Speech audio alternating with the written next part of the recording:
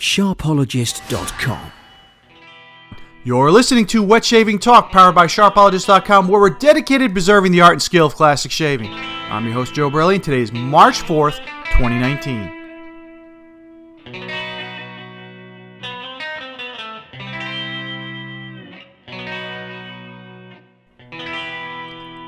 Alright guys, welcome back to the podcast. I do apologize for missing the show 2 weeks ago. Life has just thrown me some curveballs lately. It's just getting kind of crazy out there. A lot going on. Everything you can think of that can go wrong happened that week. But you know what? We're back. Feeling good. And everything is starting to get back to normal. Still in the process of relocating myself here. So this will be probably the last podcast on my current equipment.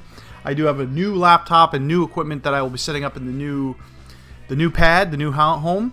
So this will be it on this. Hopefully the podcast will sound maybe a little clearer or a little bit easier for me to produce as well. Got all new equipment. Want to start off fresh in the new home, so that's coming up pretty soon too. So this will be my final actual podcast in the current home, or current bat cave, you want to call it, or whatever you would like to say, and coming up with a new one soon. All right, guys. So today we're going to talk about presidential shave kits.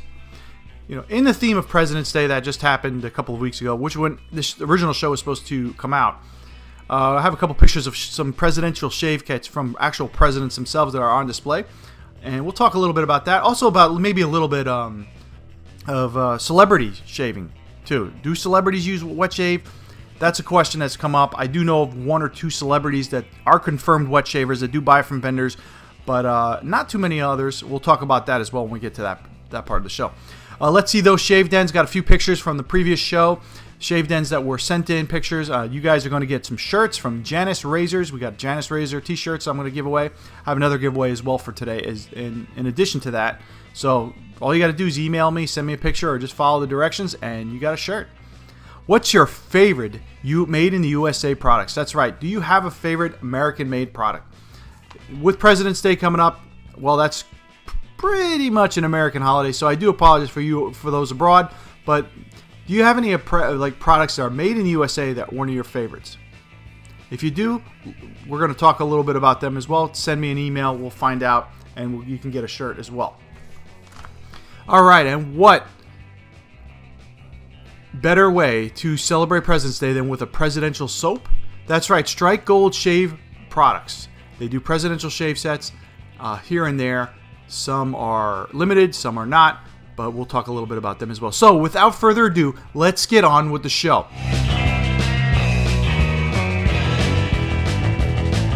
Alright guys, so talking about presidential shave sets, I have a picture of George Washington's shave set here. Straight razor, strop, comb, case, and a stone, right? And a little brush too in there. It's really funny to see, or not fun, it's not funny, interesting to see that how some wet shavers can actually still use the products today. Because I have a actual straight razor from the 1700s. I have several of them, and they shave very well. And they're just a lot of fun to use. So, I mean, it's just great stuff to try and just to use as well. And it's a lot of nostalgic that goes with it. If you haven't seen a video, I've done a video about 1700s wet shaving. I did an article as well. I was always been fascinated with it. So this was one of the kits first things I found when I was looking for like famous sets of the 1700s. And it's a pretty complete set. This is on display in Mount Vernon. So if you ever get a chance to go to that museum in Mount Vernon, check it out and see, what kind of sets they have. Also, we have JFK, John F. Kennedy's shave set. It looks like a gold-plated Gillette engraved. Now, I'm not too sure about this. I found it online. I think this is a private collection owner owns this. It was on eBay auction, maybe. It looks like a Gillette Tech that's gold-plated. I've seen a couple of these sets around. Really awesome to see if that's true, if they sent it. But I would not... Let me say this in the right way. I don't think that Gillette would go through the extent of doing this without really doing it. You know what I mean? I don't think it's fake. I think that Gillette probably did that for the presidents. Probably here and there, and just some of the kits have been around. Now, whether or not it is fake, hey, you know what, that stuff happens. But I don't think shaving stuff was really forged or really messed around with back then. So I think this is an authentic set. Really cool. The John F. Kennedy had a little brush and a soap container, all engraved, which is stuff that you could have probably gotten yourself to. So, I mean, it couldn't have been anybody else that said JFK, but this one's supposedly confirmed to be his as well. So check those two sets out. Presidential shave sets are pretty cool. And if you know of any other presidential shave sets that you've seen in a museum or take pictures of, send them in and I'll definitely share them on the show. I'm always interested in that kind of stuff and just really looking at the historical aspect of wet shaving. I was in Plymouth, Massachusetts about 2 years ago, maybe 3 years ago now. Yeah, about 2 years ago, I'm sorry. And while I was there, I went to a bunch of museums on my day off. I worked there for a few weeks. I had a couple days off, and I decided to go really check out the town and look at downtown Boston and go on all these old places that have been around for so much longer. Because, when you live in South Florida, there's not much history here. People have only been really living in the area that I'm in since 1980, so there's not much history here. When you go to a city like Boston or New York, you got people that have been living there since the 1600s, really. So to see some old shave sets, I do have some pictures of them. I did share them before, but I think I'll put them in the show notes for another show and show you. But there's some stuff that are just amazing. And it's the thing when you look at it, you're like, hey, that'll work. That'll still work. I could still hone that up and get that to go. That's something that will work. So it's just great stuff. It's great to see that stuff this old is still functional and can still happen. So send me in some ancient shave sets if you've seen them in museums or if you've seen them in, in a I don't know, anywhere you've been, an antique store or anything like that. Send them on in. We'll share them on the show because, one, I love seeing that stuff, and I'm pretty sure you guys do too. All right, so I wanted to skip along a little bit and talk about the Strike Gold presidential shave sets. This is an artisan that you see mostly online, and I think he's got an Etsy account, or I forget. I bought a couple stuff. I'll put a couple soaps off him, excuse me, and he does a lot of. It's Frank Mies is the guy's name. He does a lot of soaps that are based on like presidents, right? And they're pretty popular. Like the last one was Teddy Roosevelt. Now I'm a huge fan of Teddy Roosevelt. I bought one of the soaps, no problem. He's sold them out a couple times already. But he's had like George Washington, I think Thomas Jefferson. He's even had Bill Clinton. I think he's had other, now there's a special edition Mount Rushmore set. Really, it's all dedicated to presidents. So what better way to shave on a President's Day than with a presidential soap? So if you're interested in like some really cool, different scents, and remember, this is the artisan's take on what the actual president would have liked or would like, sense, and just they're all a little different. Check them out at Strike Gold Presidential, StrikeGoldShave.com. I left a link in the show notes. You could just click on that and go right to his actual store as well. Pretty cool. There's aftershaves and splashes and a couple other things as well. Check it out. I think it's pretty awesome. All right, guys. Also, the Shave Den contest is done. We had a couple pictures sent in.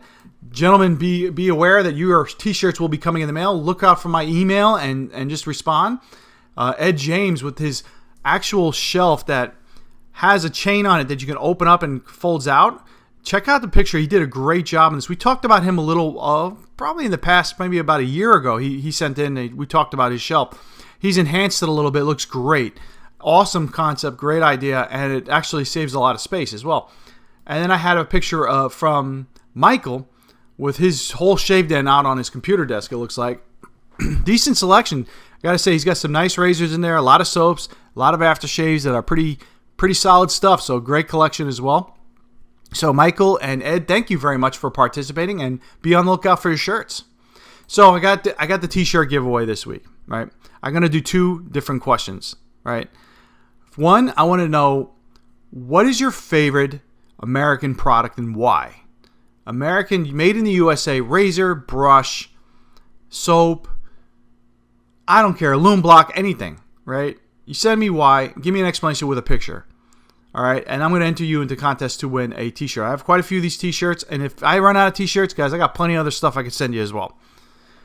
Also, the next question is, boar, badger, horse, or synthetic, what is your preference in shaving brushes? Send me your explanation and a picture, and I will send you a shirt. So this is something that I really want to... I'm going to actually do a survey of this, I think. I'm thinking about it right now. I'm just kind of thinking out loud. And when I think of this, I'm like, okay, boar, badger, horse, or synthetic. What's your preference in shaving brushes? And then I'm thinking, well, I don't know, because certain times of the day, certain soaps or certain times I like boar, badger, horse, or synthetic. I think they all have great attributes and they're different in each way, but it could be all about preference, Like, would you like all the time? Or it could be like, I like this with a special soap. Just tell me whatever's on your mind. And, we'll send you a shirt. Or like I said, if I run out of shirts, I got razors. I got a lot of stuff I can send you as well. I am moving, so I got plenty of stuff that I'm letting go. So I'm going to definitely start sending some stuff out and share the wealth, basically. Because my shave den is, you don't realize until you move how much stuff you actually have. So it's a little bit intense.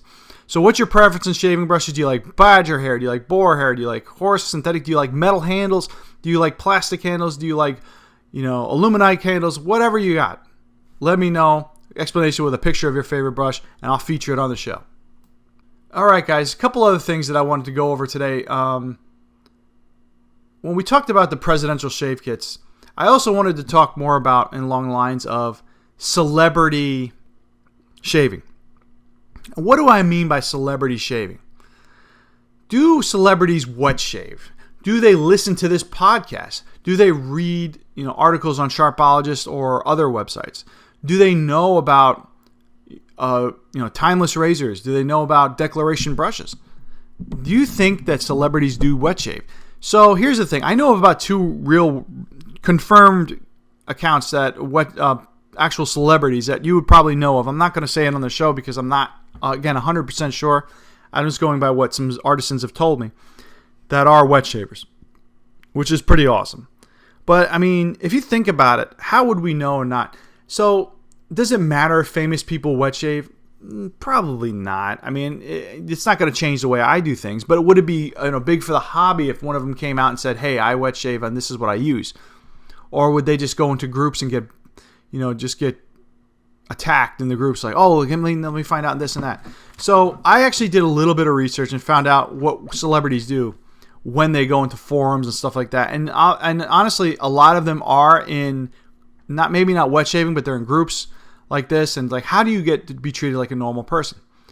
And a lot of them do this under false names, different accounts, and stuff like that. So you'll never know who's ordering what. They send it to different addresses or PO boxes, their stuff. So yes, there's a great possibility. But think about it. If you were an A-list movie star and you were wet shaving, and you had a bunch of guys like us like knowing about it, we would probably send you a bunch of messages and try to find out, So do celebrities wet shave? Do they, do they see our content? Do they know what's going on? Do they know of Wolfman razors and stuff? I don't know, but I'm pretty sure they do. We just may never know who it is, and if they do. But if you're out there and you're a famous person, or if you're, holding a razor in your hand right now, just remember, we know you're out there. We just may not know who you are or when you are, but we do know you're there. So thank you guys for supporting our hobby, because it's getting bigger and bigger.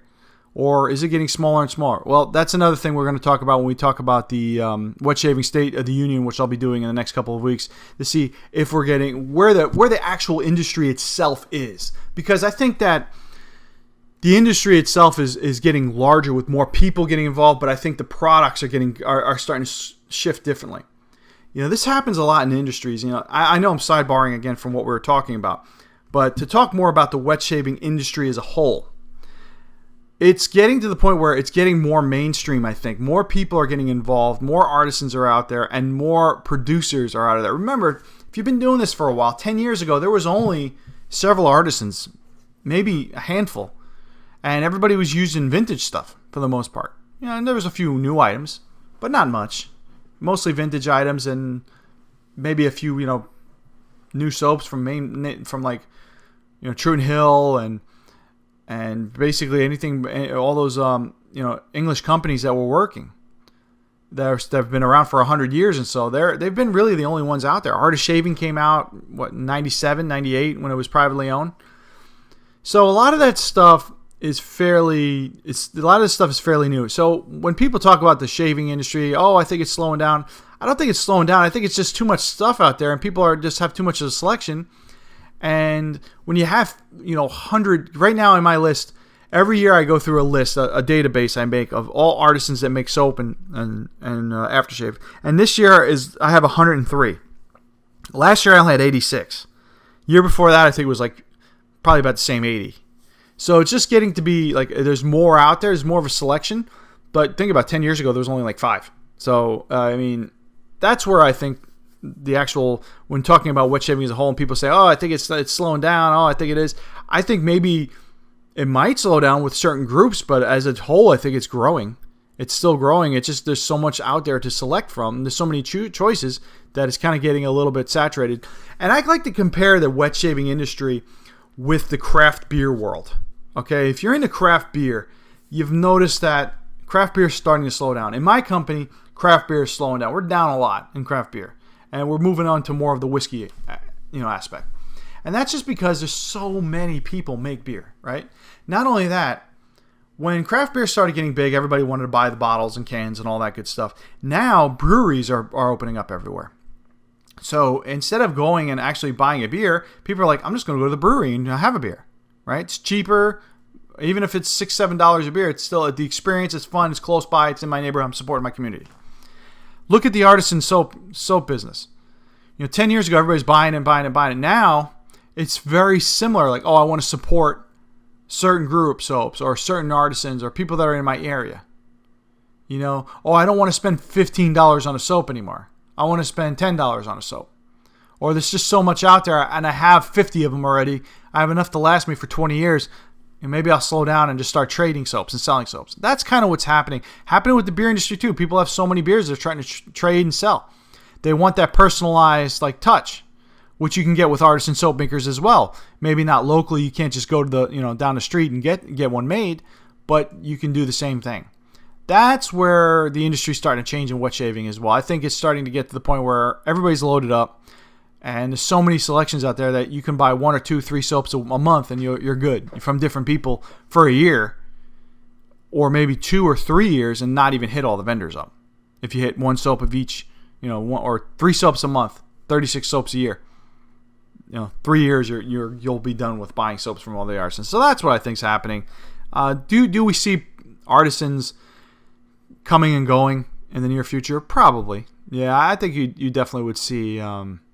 Some here or there come and go, but I think it's pretty stable right now. I think we're safe to say that what's out there now is going to probably be out there for a while, and maybe the smaller vendors might jump in and out here and there, but I think we're at a stable position.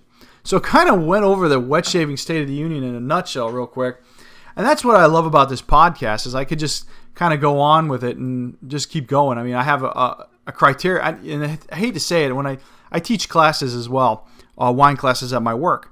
And when I do that, I always sidebar and I always start talking about other things and other experiences on other types of wine or spirits. And I don't know why, but they always have a great time when I do it. And I kind of do that here too because my mind starts going and I start thinking about different things. And I'm like, oh, I got this on my mind, this on my mind. I only have 20 minutes to talk about it. So I really like to tell you guys as much as possible. So with that being said, everybody, that's it for this week. That's right. Our show is powered by SharpEllis.com. What your father didn't teach you about shaving. Special thanks to Mark, aka Mantic59, for letting us use his platform and everything that he does for the wet shaving community. Most of all, thank you guys for the listeners. Without you, there would be no show. Don't forget to check out my blog site, shavestraightandsafe.com, for interesting tips and stories. And also, contact me at any time at joe.wetshavingnews@gmail.com. Check out my YouTube channel as well. The link is in the show notes. If you're interested in getting involved in an episode or sponsoring one or having some fun with me as well, let me know. I'm looking for different content here and there. We can get some new stuff going as well. Our next show will be March 18th, 2019. Until then, guys, shave straight and shave safe. Or shave safe and shave straight. Which way does it go? I think it's different every week. Anyway, until then, guys, bye-bye now.